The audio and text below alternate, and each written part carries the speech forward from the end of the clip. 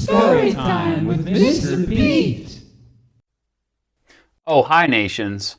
I'm Mr. Beat. That's really my name, don't judge me. What the heck is up with the United Nations? Which countries are actually in the United Nations? Who came up with the idea in the first place? And what do they actually do? Well, here's the story of, you guessed it, the United Nations.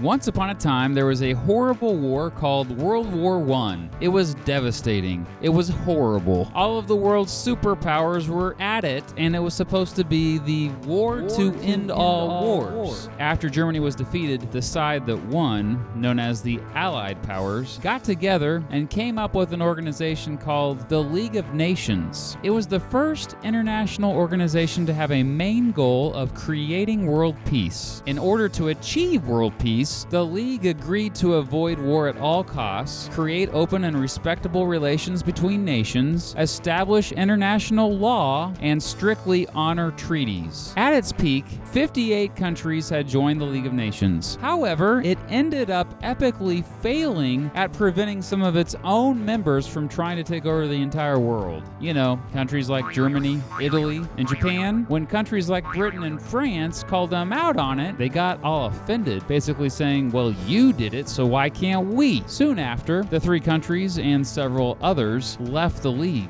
and the League crumbled as it ultimately failed to prevent what became known as World War II. So much for world peace, and that, ladies and gentlemen, was the worst war in history. It's estimated that between 60 million and 70 million people died because of it. Basically, 12% of all human beings to ever die in a war died in that one. But Germany, Italy, and Japan, more commonly known as the Axis powers, would go down in World War II. And a big reason why is because a bunch of countries united to stop them, known as the Allies. Two of the Allies, the United States and the United Kingdom, led the way. In August 1941, the American President Franklin Roosevelt and the British Prime Minister Winston Churchill met up in Newfoundland to create the Atlantic Charter. It stated new idealistic goals for the world after the war was over, such as an end to countries conquering for new territory, self-determination, or the rights for countries to govern themselves, a reduction of trade restrictions, freedom of the oceans, and taking away weapons from aggressive nations. On New Year's Day 1942, at the Arcadia Conference in Washington, D.C., 26 different countries from around the world agreed to sign the Declaration by United Nations. The document pledged that the 26 countries, led by the, quote,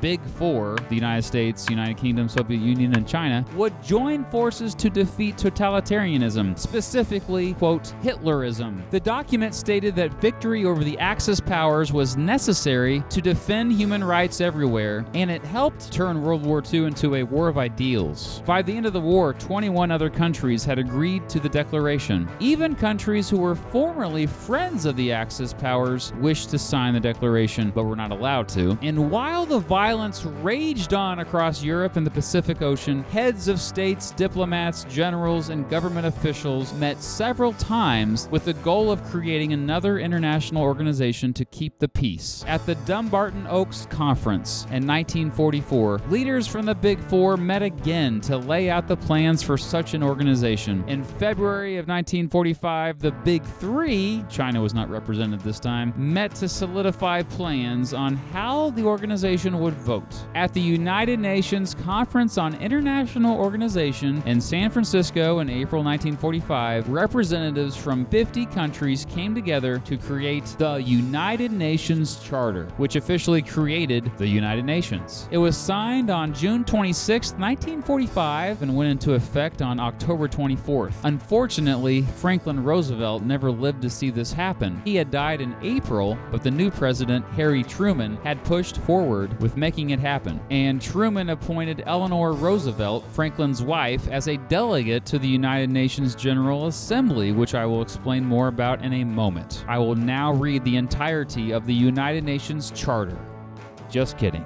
That would take a while. The charter created 6 organs, or branches, that all had different responsibilities. The General Assembly, see, I promised you I'd come back to it. Well, simply put, the General Assembly makes the big decisions, called resolutions. They vote on stuff. They're the deciders. The Secretariat sets the agenda, basically carrying out what decisions to be voted on, and then carrying out their implementation. It's led by the Secretary General, who is currently Antonio Guterres. The International Court of Justice settles legal disputes between countries. The Security Council is made up of the peacekeepers, but that's a bit misleading because they authorize military attacks and resolutions that can punish countries acting up. The Economic and Social Council, just like the name says, organizes all economic and social matters. And finally, the Trusteeship Council used to manage colonial possessions, but it hasn't been active since 1994 because, colonialism is not cool anymore. Here is what the structure of the United Nations system looks like. Notice something here. There are 5 countries that permanently have the power of the veto. That essentially means that any of those 5 countries can single-handedly block a big decision in the United Nations Security Council. Good for them, not too good for all the other United Nations members. Because of this veto power, these 5, China, France, the Soviet Union, now Russia, the United Kingdom, and the United States, have quite a bit of power. Critics say this veto power has led to some inaction to war crimes across the world. It's worth noting that the United States wouldn't join the United Nations unless it was given veto power. The General Assembly and Security Council met for the first few times in London in January 1946. 52 countries showed up. The General Assembly decided to build a headquarters in New York City, which was completed in 1952. Later, UN headquarters were added in Geneva, Switzerland, Vienna, Austria, and Nairobi, Kenya. All these places are designated as international territory where international law applies. During the Cold War, the coldness that made the United States and the Soviet Union all mad at and threatened by each other usually hurt the United Nations. In 1956, the UN created its first peacekeeping force to end the Suez Crisis. Yep, I have a video for that.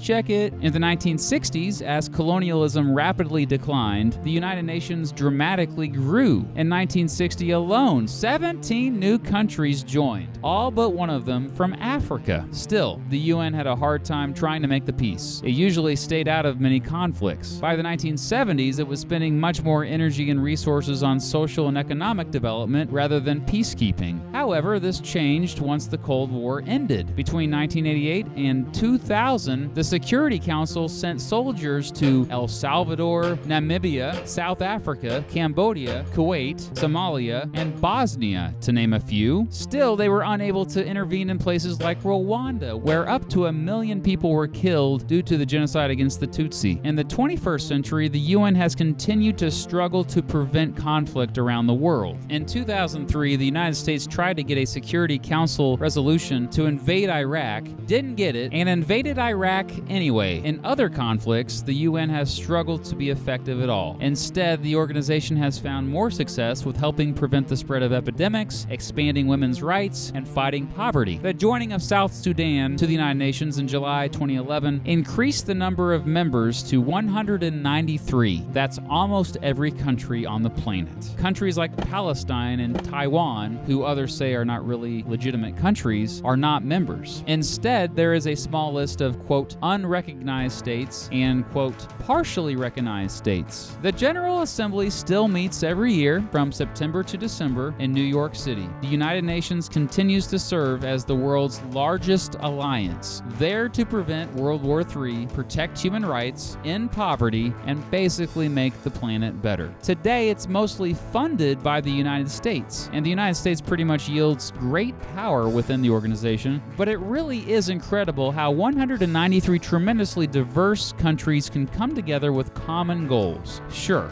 there are critics who say the organization is undemocratic or is just part of the New World Order that wants to reduce the global population, but overall, it has been viewed as a force for good that doesn't appear to be going anywhere soon. The end. Ian, I finally made it for you, buddy. There was your requested video about the United Nations. Sorry it took so long, but thank you for your continued support. And also thank you to Alex for your continued support on Patreon. And if you want to help me out on Patreon, you can. Check out the link below in the description for more information on that. Also, I wanted to announce that I have a new series I'm starting. The first episode will be my next video. The series is called Supreme Court Briefs. It is a show that is not about what type of underwear the Supreme Court justices have historically worn. Actually, it's about Supreme Court cases, major Supreme Court cases in American history, and I want to get your feedback on that. So let me know in the comments, what do you think the first episode should be about? Which major Supreme Court case should I cover first? I have not even written the script yet, and I want to get your feedback before I dive into that. So let me know, and thanks for watching.